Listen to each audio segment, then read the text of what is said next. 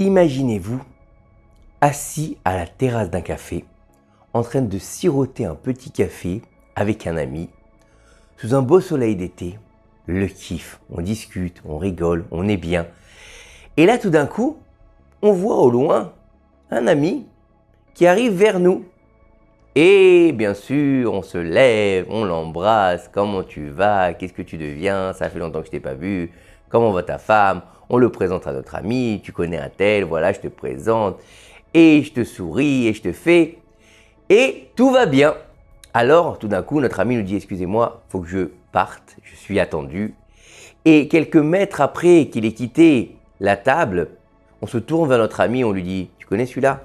Celui-là, il est comme ci, celui-là, il est comme ça, et tu sais pas ce qu'il m'a fait, et sa femme, elle est comme ça, et sa mère, oh, si tu avais vu ses enfants, quels enfants il a, etc. Si je te conseille de ne pas le connaître, il vaut mieux pour toi. Qu'est-ce que c'est que ça? Je pense que cette situation, beaucoup d'entre nous l'ont vécu, non?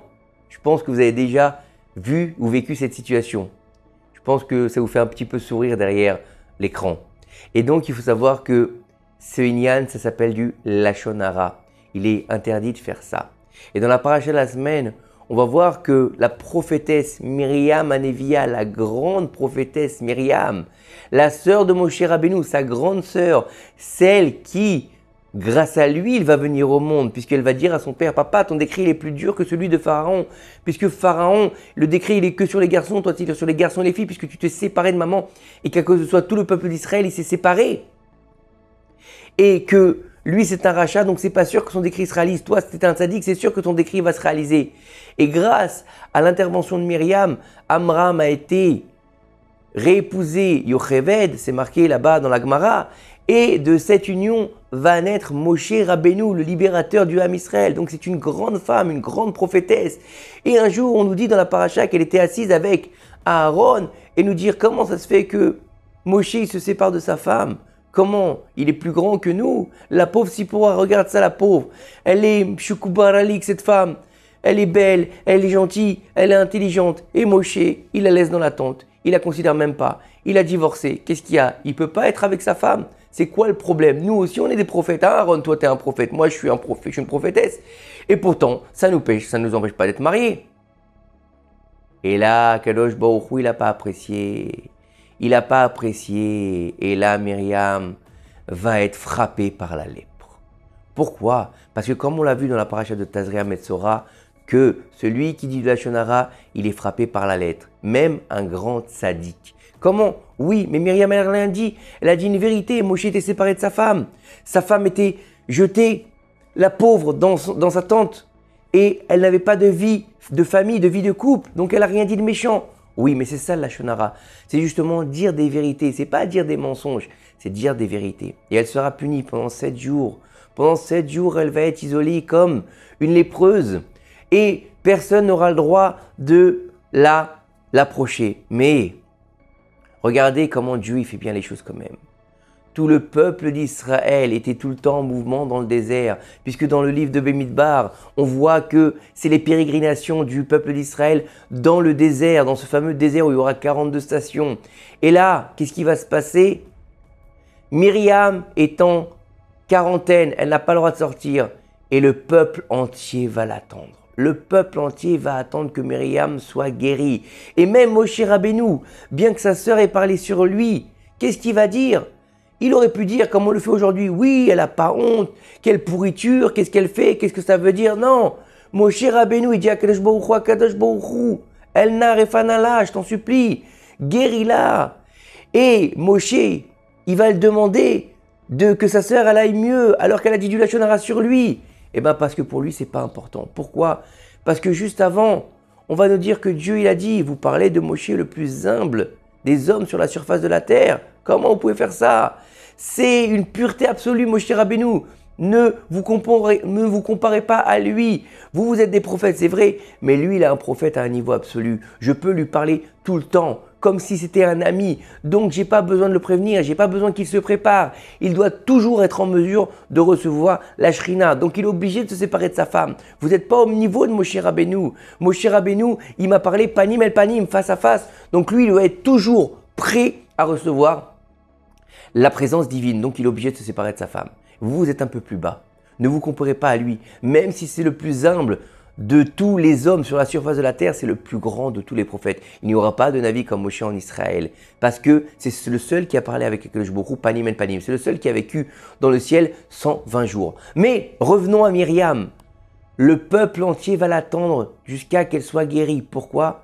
Parce que lorsque Moshe Rabbeinu, étant bébé, avec le décret de Pharaon de jeter tous les enfants dans le Nil, sa mère ne pouvant plus le garder, puisqu'elle a accouché plus tôt, au bout de 3 mois, 9 mois, ils se sont dit, celle-là, elle a dû accoucher. Donc, on va aller voir si elle a accouché le bébé. Elle a pris Moshe, elle l'a mis dans un berceau. Tout le monde connaît la fameuse histoire, Moshe dans son berceau. Elle l'a mis sur le Nil, là-bas. Et puis, il a vogué sur le Nil. Et puis, là-bas, on nous dit que Myriam, elle a attendu derrière le berceau pour savoir qu'est-ce qu'il allait devenir de Moshe et qu'est-ce qu'il allait devenir de sa prophétie, puisqu'elle a dit à son père qu'il allait mettre au monde le libérateur. Et donc elle a attendu, elle a regardé Moshe jusqu'à que Bithia, la fille de Pharaon, elle-même le récupère et que Myriam lui dise « Ne t'inquiète pas, j'ai une nourrice pour toi, sa propre mère. » Et donc elle a attendu Moshe, par le mérite qu'elle a attendu Moshe pour savoir ce qu'il allait devenir, le peuple entier attendra Myriam jusqu'à qu'elle guérisse. Donc d'un côté, on va avoir une punition et de l'autre côté, on va avoir quelque chose d'extraordinaire. Ça veut dire que même avec les tzadikim, Akadosh Baruch Hu, il ne fait pas de demi-mesure. S'il mérite une punition, il mériterait une punition. S'il mérite des éloges et une bonne chose, une bénédiction, ou bien que quelqu'un fasse pour eux ce qu'il faut, eh ben, ils le feront aussi. Alors, à plus forte raison pour nous qui sommes loin du niveau de Myriam Anevia, qui ne sont pas des prophètes et qui ne sont pas des tzadikim, on doit savoir que si on dit du Lachon Hara, c'est très grave. Le Chafetz Chaim, il nous dit, il faut garder ta langue. Il faut faire attention à ce qu'on dit. Il faut faire attention. Aujourd'hui, il y a beaucoup de gens, ils font très attention à ce qu'ils vont manger. Ouh là là, attention, la viande super, ultra badass. Je ne veux pas dans un restaurant parce que là-bas, j'ai un rachage que peut-être que. Par contre, tout ce qui sort de leur bouche, c'est que de la poubelle. Ça ne les dérange pas. Et je parle sur lui, et je parle sur elle, et je parle sur celui-là. Oh Baba, qu'est-ce que tu fais?